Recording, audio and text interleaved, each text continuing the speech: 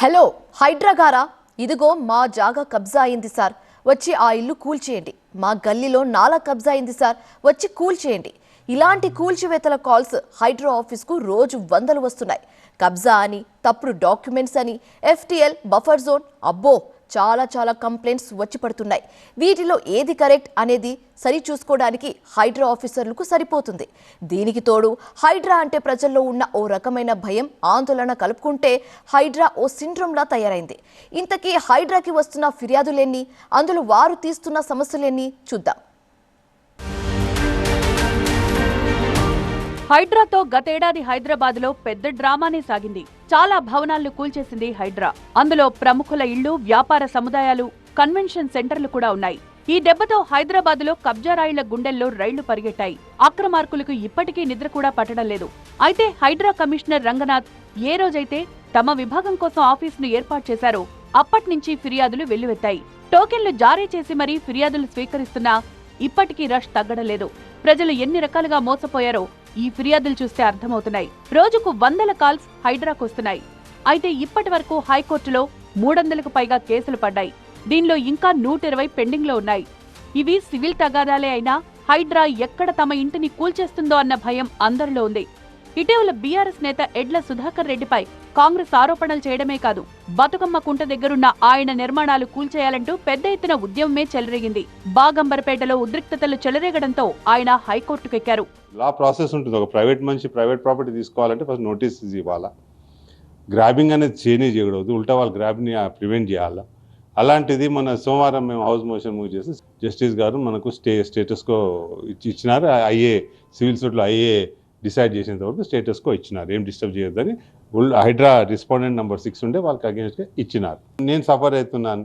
నాలాంటి లక్షల మంది పాపం వాళ్ళ ప్రాపర్టీస్ కష్టపడి సంపాదించుకొని కట్టుకున్న బిల్డింగ్స్ని హైకోర్టు ఇన్నిసార్లు చెప్పినా కానీ వాళ్ళు కూలగొడుతూ వెళ్తున్నారు. అది కూడా వీకెండ్స్లో. సుప్రీంకోర్టు గైడ్లైన్స్ మన డైరెక్షన్స్ ఇచ్చింది డిసెంబర్లో, క్లియర్గా ఇచ్చింది. ఎవరైతే అక్కడ ఉంటారో ప్రభుత్వ భూమి కాకపోతే మాత్రం వాళ్లకు ఛాన్స్ ఇవ్వాలా, ఎక్స్ప్లెనేషన్ ఛాన్స్ ఇవ్వాలా, 15 రోజుల నోటీస్ ఇవ్వాలా. అయితే హైకోర్టుకు వెళ్తున్న కేసులు రోజుకు 1-2 ఖచ్చితంగా ఉంటున్నాయి. ఇప్పటి వరకు నగర వ్యాప్తంగా హైడ్రా 50కి పైగా నిర్మాణాలు కూల్చేసింది. ఇందులో ఎన్ కన్వెన్షన్ లాంటి ప్రముఖ నిర్మాణం కూడా ఉంది. ఈ 50 నిర్మాణాలను పరిశీలిస్తే వాటిలో చాలా వరకు హైకోర్టు స్టేటస్ కో ఇచ్చినవే ఉన్నాయి. ఎలాంటి కూల్చివేతలు చేపట్టరాదని కోర్టులు చెప్తున్నా హైడ్రా మాత్రం తన పని తాను చేసుకుంటూ వెళ్లింది. దీంతో మరోసారి హైకోర్టుకు వెళ్లి తమ గోడు వెళ్లబోసుకోవడం మినహా బాధితులు చేయగలిగిందేమీ ఉండడం లేదు. ఇక కూల్చివేతల సమయంలో సరిహద్దులు కూడా చెరిగిపోతున్నాయి. కొన్నిసార్లు హైడ్రా వారే బౌండరీలను చెల్లాచెదురు చేస్తూ కొత్త మ్యాపులు వేస్తున్నారంటూ బాధితులు మండిపడుతున్నారు. హైకోర్టు ఇంటర్ఫియర్ కావద్దని చెప్పినా నిబంధనలు ఉల్లంఘించి కూల్చేస్తున్నారని, కొందరు అధికారులైతే పర్మిషన్లు వారే ఇచ్చి కూల్చివేతలు కూడా వారే చేస్తున్నారని బాధితులు చెప్తున్నారు. ఇక ఆదివారాలు, సెలవు రోజులు, అర్ధరాత్రులు కూల్చివేతలు చేపడుతూ వెళ్తుండటంతో హైకోర్టు గట్టిగానే కసరించింది. జీవో 99 ఉల్లంఘనలు ఎందుకు చేస్తున్నారండి? హైకోర్టు వారు ఇంటర్వ్యూన్ అయ్యి, స్పెషలీ ఆనరబుల్ జస్టిస్ లక్ష్మణ్ గారు కూడా ఇంటర్వ్యూన్ అయ్యి చాలా డీటెయిల్డ్ ఆర్డర్స్ పాస్ చేశారు.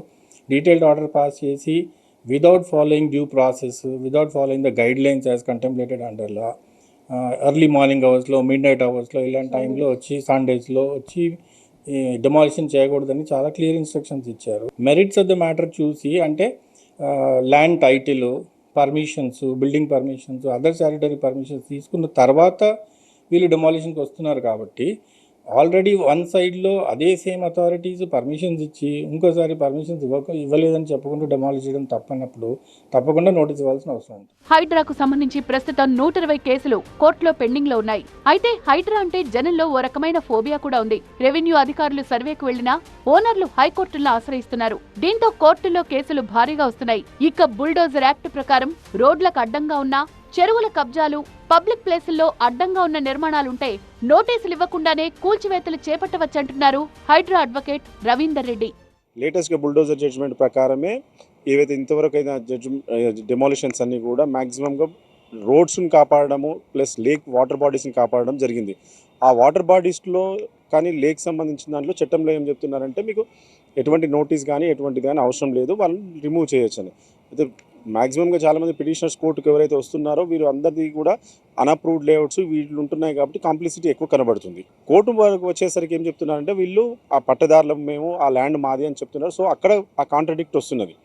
We need to establish it is a road and వాళ్ళు ఏమంటారంటే ఇది అగ్రికల్చర్ ల్యాండ్ మేము లేఅవుట్ చేయలేదని. ఒక 20 సంవత్సరాల క్రితం వరకు కూడా ఎటువంటి అప్రూవ్డ్ లేఅవుట్ లేదు కాబట్టి ఆ కాంప్లిసిటీ నడుస్తున్నది. మా దగ్గర రోజు 1000 నుంచి 2000 కంప్లైంట్స్ వస్తున్నాయి.